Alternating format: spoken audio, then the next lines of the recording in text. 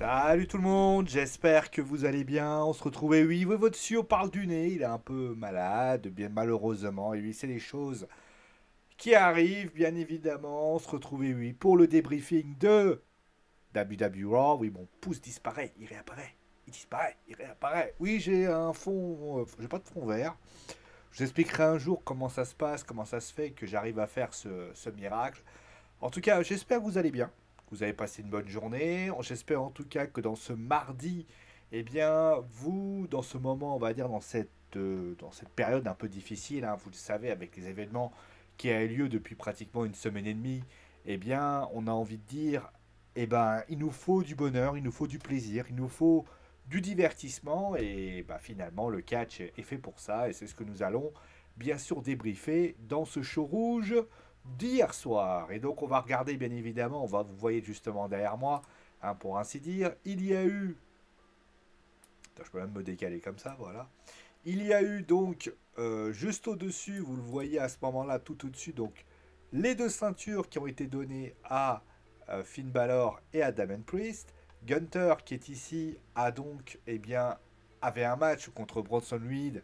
On y reviendra. Et donc je vais bosser. Là, vous avez vu, il y a eu un petit moment entre nos deux, le challenger et son champion, Seth Rollins et Drew McIntyre. Mais il s'est passé aussi quelque chose en début d'émission, on va y revenir, avec finalement l'intervention de Jey Uso. On le voit, il est là, il est là, il est fringant, il est tout beau, il est là-bas là. Et il était aux côtés de Sami Zayn. Et si je vous le montre, je peux vous montrer. Regardez bien, Sami Zayn portait le maillot de, enfin on va dire le t-shirt, voilà clairement le t-shirt de Kevin Owens, puisque pour ceux qui ne le savent pas, eh bien oui, Kevin Owens n'est plus un membre de Raw, il est désormais du côté de SmackDown. Oui, à cause de, vous voyez que je parle du nez, j'ai pas pu vous faire le débriefing de WWE SmackDown, puisque le nouveau manager général de SmackDown en termes de Nick Atlas, eh bien, est venu, et il a donc recruté Kevin Owens dans cette histoire. Alors, certains me diront, oui, est-ce que c'est bien, est-ce que c'est pas bien? Ça, je vais laisser bien sûr le temps au temps pour essayer d'en discuter. Mais qu'est-ce qu'on peut dire finalement, eh bien, de ce segment? Alors, Sami Zayn, eh bien, il arrive, il est tout simplement un peu étrange dans cette histoire. Il est content, il se dit, bah, en fait, là, je suis seul parce que mon partenaire n'est plus là. Et il se trouve triste. Mais d'un côté, il se dit, pour Kevin Owens, ça va être cool.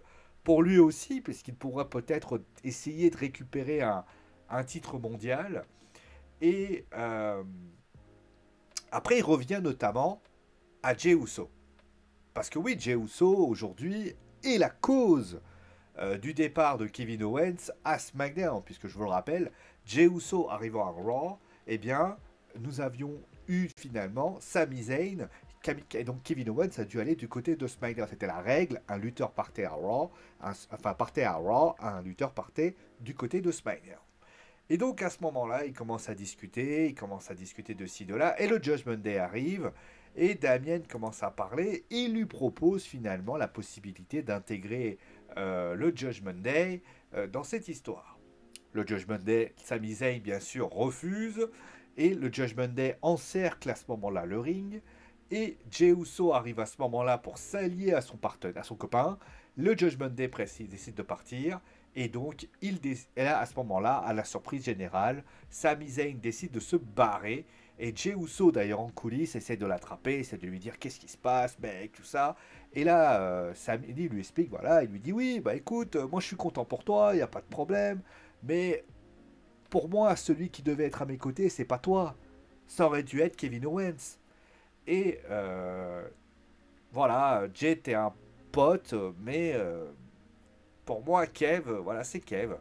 Et là, à ce moment-là, Jay, il est un peu triste, il décide de partir. Et là, Sami lui dit, ah, arrête, allez, oublie ça. Euh, je suis désolé. Et finalement, les deux se font un câlin et se barrent. Le segment était pas inintéressant. Moi, je l'ai trouvé très intéressant parce que finalement, la WWE avait pris la décision, voilà, de faire une sorte de situation. D'ailleurs, je reviendrai d'ailleurs sur cette association en fin d'émission parce que je sens qu'il va y avoir quelque chose qui va se mettre en place entre ces deux-là. On y reviendra bien sûr après. Mais concrètement, on peut le dire, j'ai trouvé que Sami Zayn, en tout cas, et Jey Uso, oui, c'est vrai que c'est un peu la tag team qu'on a envie d'avoir. Et je trouve que le fait que JD, bah, voilà, que le Judgment Day soit présent, qui continue à intervenir, Jey Uso qui est là, on aurait pu avoir l'intervention aussi de Cody Rhodes. Cody qui a été très absent dans ce, à part peut-être à la fin. D'ailleurs, Cody qui lui dit d'ailleurs, est-ce que tu penses que Sami va intervenir?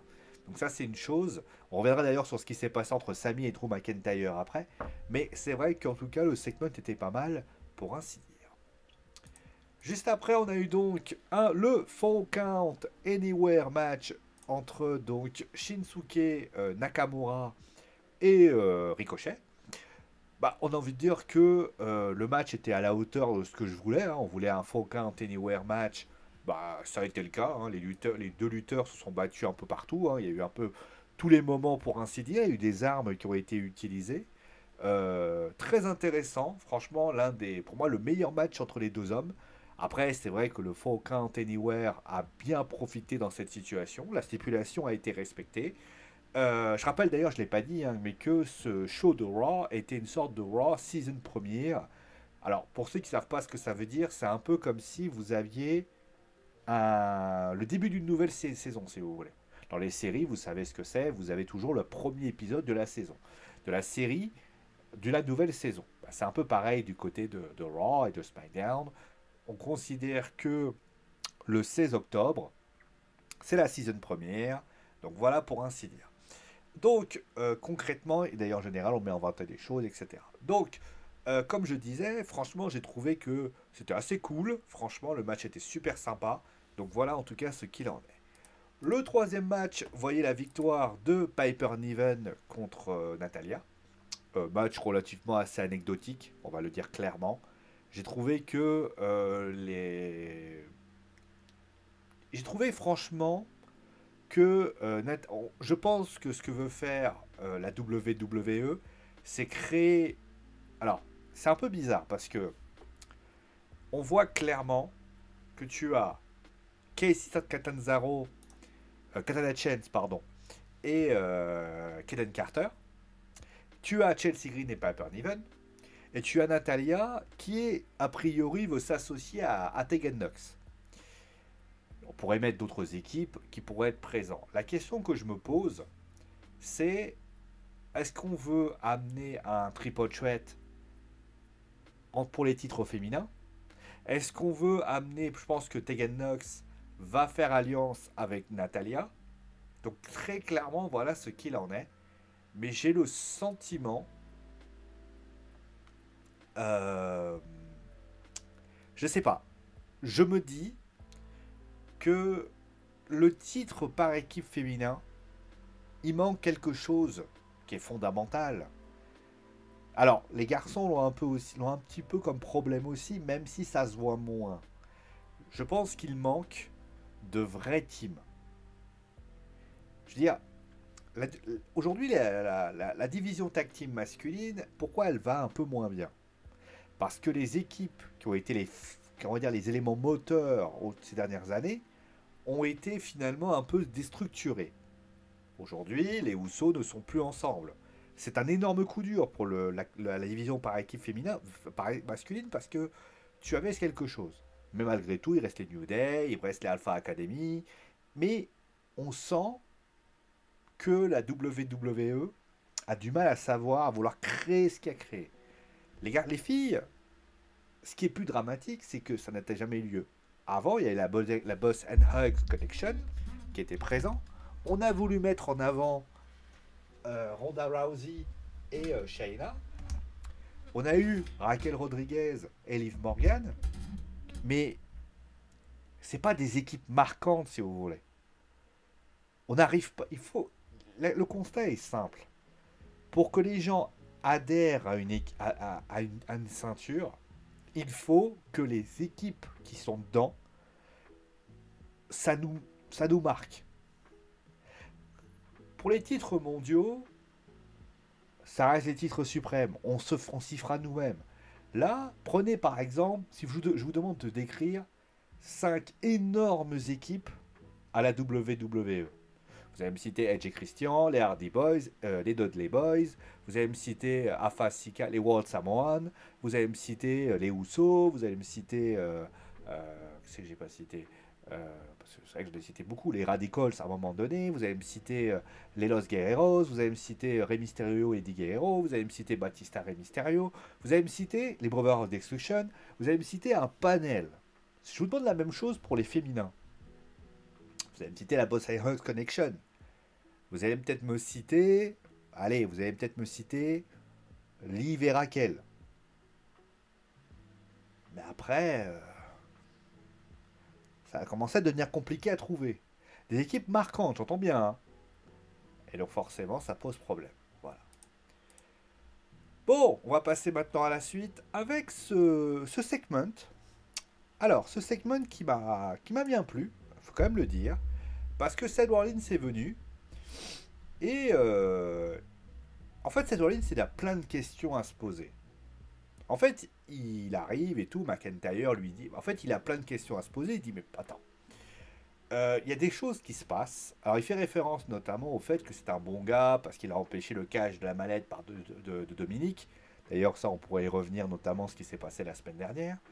Et là, McIntyre lui dit, bah écoute, qu'est-ce que tu entends par là? Tu as des questions à poser. Et il lui dit, bah écoute, j'ai une vidéo à te proposer. Et il lui dit, voilà, bah tiens, regarde. Et on voit notamment Rhea Ripley et Drew McIntyre en train de taper la discute. Et là, McIntyre lui dit, ah, moi, on a juste discuté. T'as pas à t'inquiéter de ça. Et de toute façon, c'est pas tes affaires. Et là, à ce moment-là, Rollins, il lui dit de toute façon, tu pourras pas prendre le titre. Après, il fait un bilan de ce que fait McIntyre depuis quelque temps. Il fait notamment référence aux échecs qu'il a eus. Notamment, bien sûr, à ce qui s'est passé en Angleterre. Et pour lui, il est dans une pente glissante. Parce qu'il a l'air de vouloir aller vers le Judgment Day. Et notamment, voilà ce qu'il en est. Et là, McIntyre, il lui dit bon, écoute, déjà, première chose, il rappelle notamment, bien sûr, le passif entre les deux. Et puis, il dit, notamment, ce qu'il a vécu lui. Il dit notamment que, bah, il y a un truc qui l'avait pesé, c'est qu'il a été champion, je rappelle, hein, mais il a été champion dans une période que les gens ne se souviennent très peu. Et c'est vrai, parce on était en pleine pandémie. Là, aujourd'hui, Seth Rollins, hein, oui, là, Seth Rollins, le public chante son theme song. Mais je vais pas vous mentir que si, eh bien, la WWE, comment je vais dire ça, dans un confinement, Seth Rollins se serait écrasé comme tout le monde. D'ailleurs, il y a aussi le fait que McIntyre a eu une période très compliquée, il a dû parler, etc. Et donc, lui, dans sa tête, bah, il part du principe que bah, il n'a pas eu cette chance. Voilà, il lui rappelle tout ça. Et là, Seth Rollins lui dit, bah, vous savez, moi, j'ai connu le chaos, j'ai connu la difficulté pendant 4 ans. Là, je suis revenu au top. Et la vérité, c'est que moi, je vais te battre. Et tout simple, je vais finir par te battre, etc. Et tout ce que tu fais, c'est de te chercher des excuses. J'ai trouvé que c'était certainement c'est un excellent segment. Et je trouve que bah, on comprend finalement le regard un peu noir de Drew McIntyre, si tu veux. Drew McIntyre, c'est un champion, malheureusement. C'est vrai que quand on prend du recul à ce qu'a vécu McIntyre, bah, c'est un champion c'est un champion chat noir, en fait. C'est-à-dire que le gars, alors qu'il aurait dû, il aurait dû avoir l'avènement de son moment. Son règne aurait dû être un excellent moment. Sauf que McIntyre, il a pris tout dans la gueule. Il a pris le Covid dans la gueule. Qu'est-ce qui s'est passé? Il a pris, à un moment donné, il a pris quoi? Il a pris, déjà, il a fait son titre de champion. C'est le seul champion qui a quand même été, qui a dû porter le titre dans une salle vide. Vous imaginez, on est tous fans de catch. Imaginez un champion qui a été dans une salle vide. C'est très très dur. C'est pas évident pour toi, pour moi. Je veux dire, c'est comme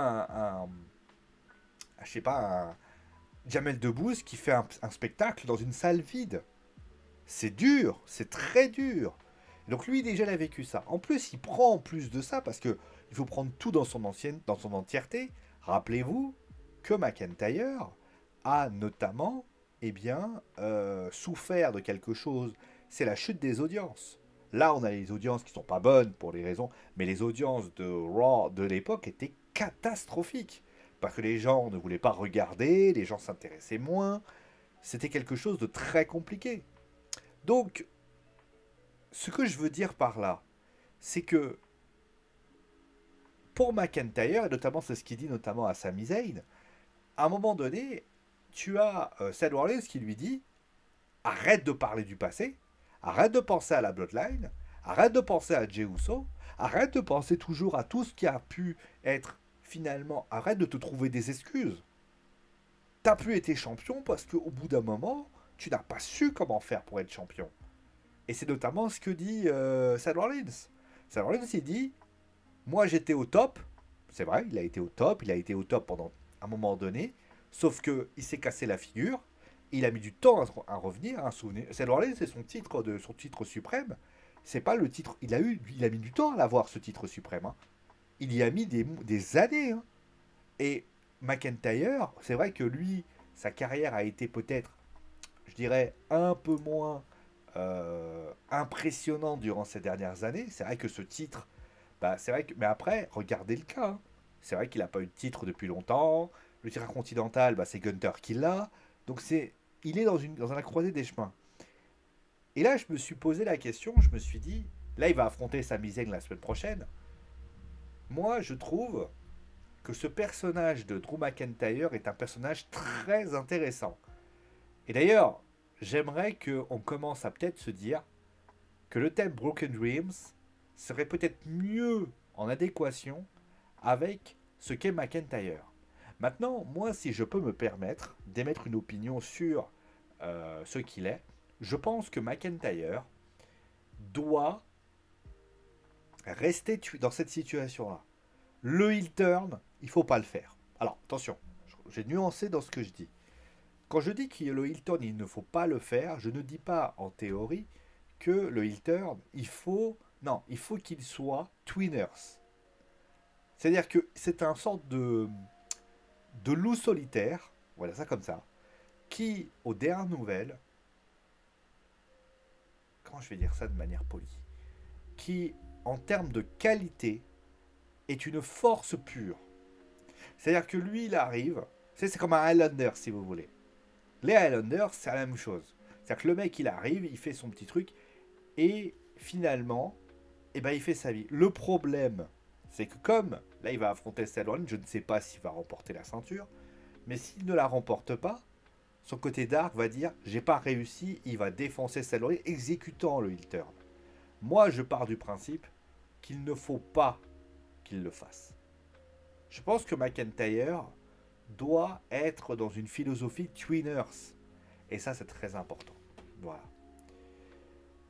En tout cas, la personnalité qu'il a aujourd'hui, je le trouve très intéressant. Voilà. Bon, pour Ludwig Kaiser contre Gino Gargano, ouais, j'ai pas été plus hypé que ça, pour vous dire la vérité. Je me suis même pas posé vraiment la question.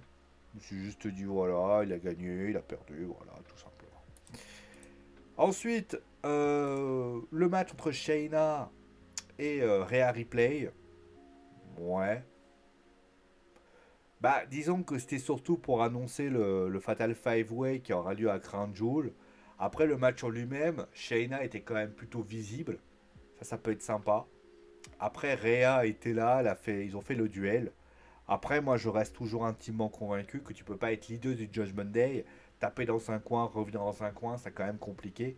Mais après, c'était pas mal. Et donc, voilà, on va quand même pas bouder notre plaisir, pour ainsi dire. À noter d'ailleurs que Jet Gargill est venu voir Becky Lynch.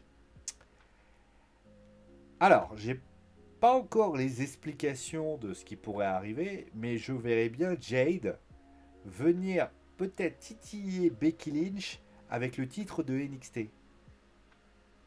Ça peut être une idée, et au final, ça peut être intéressant de voir ça.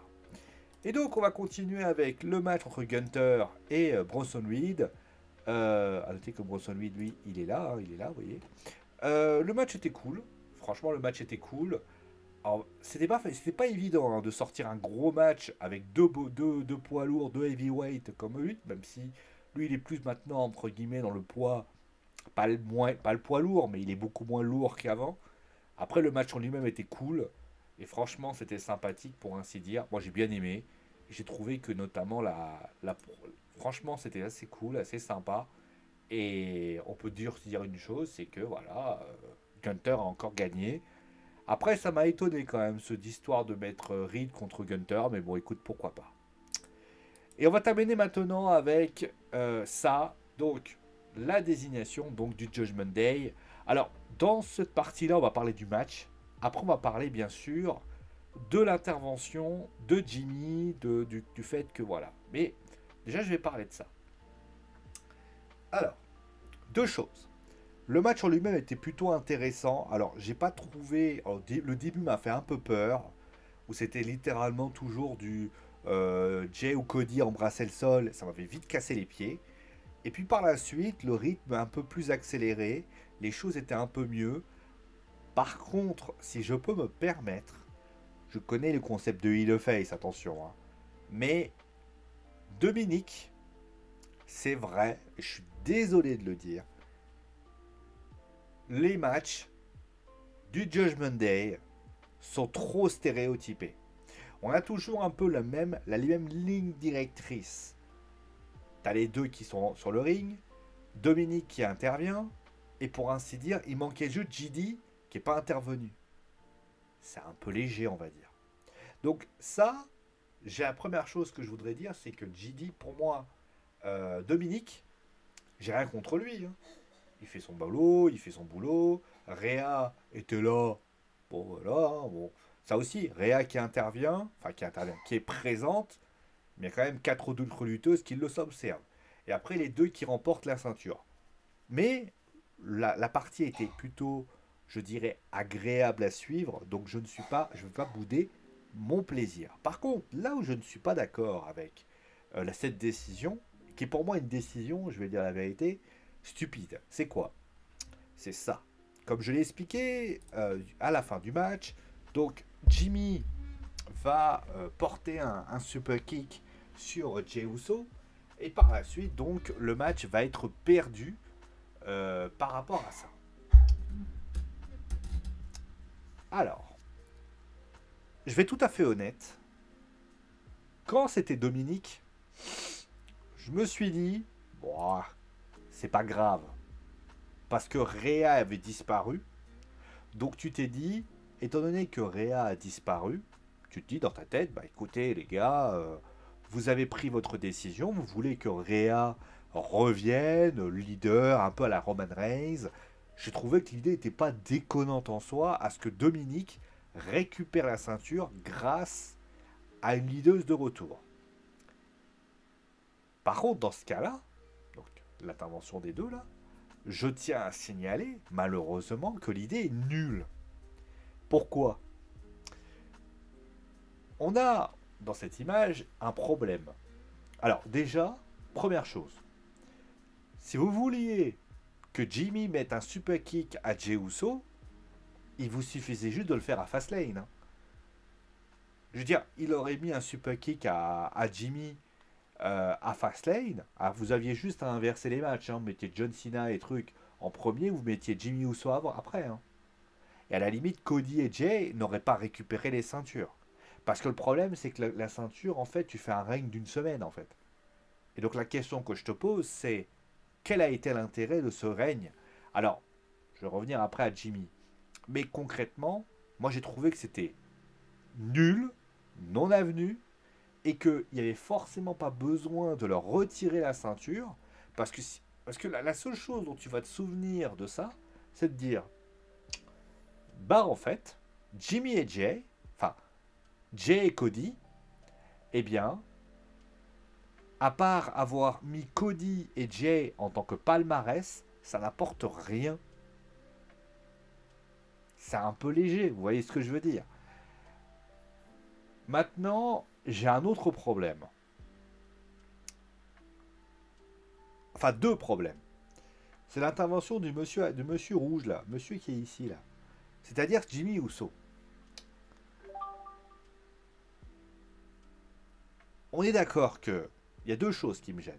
La première, c'est que là, comme j'ai expliqué, il décide de faire son retour, il décide de faire sa présence à Raw pour s'en prendre à Jey Uso, à son frère, pour lui faire battre la ceinture.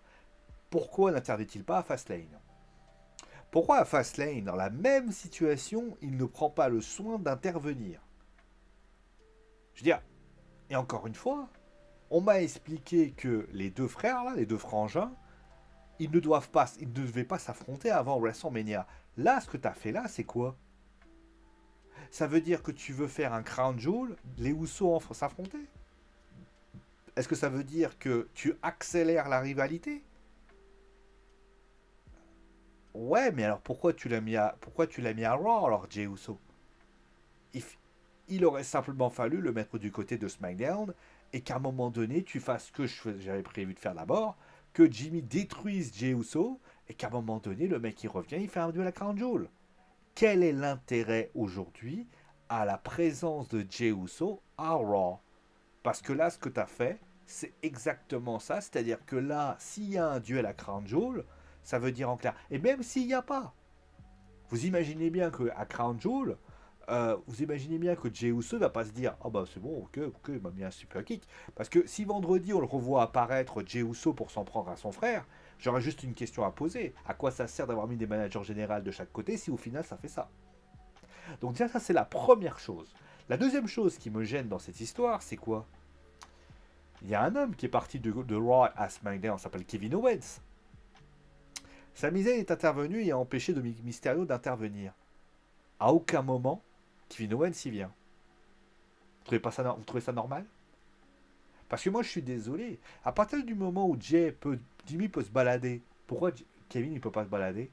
Ça aurait pu être un dernier message à l'encontre de Jey Uso, avec peut-être un super kick sur justement l'intervention de Jimmy Uso, et ça aurait valu quelque chose. Et là, tout le monde aurait dit ah ouais, Kevin Owens, il vient d'aider, tout ça. Et ça aurait pu être très intéressant. Là, je me pose sincèrement la question. Pourquoi Jey Uso, pourquoi Kevin Owens n'est pas intervenu? Et je terminerai juste par un dernier point.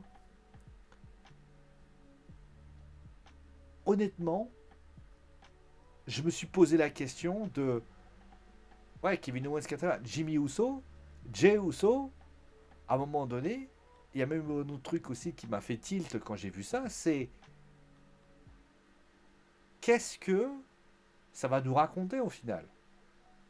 Je veux à mon frère, je comprends pas. Je comprends pas en fait la logique.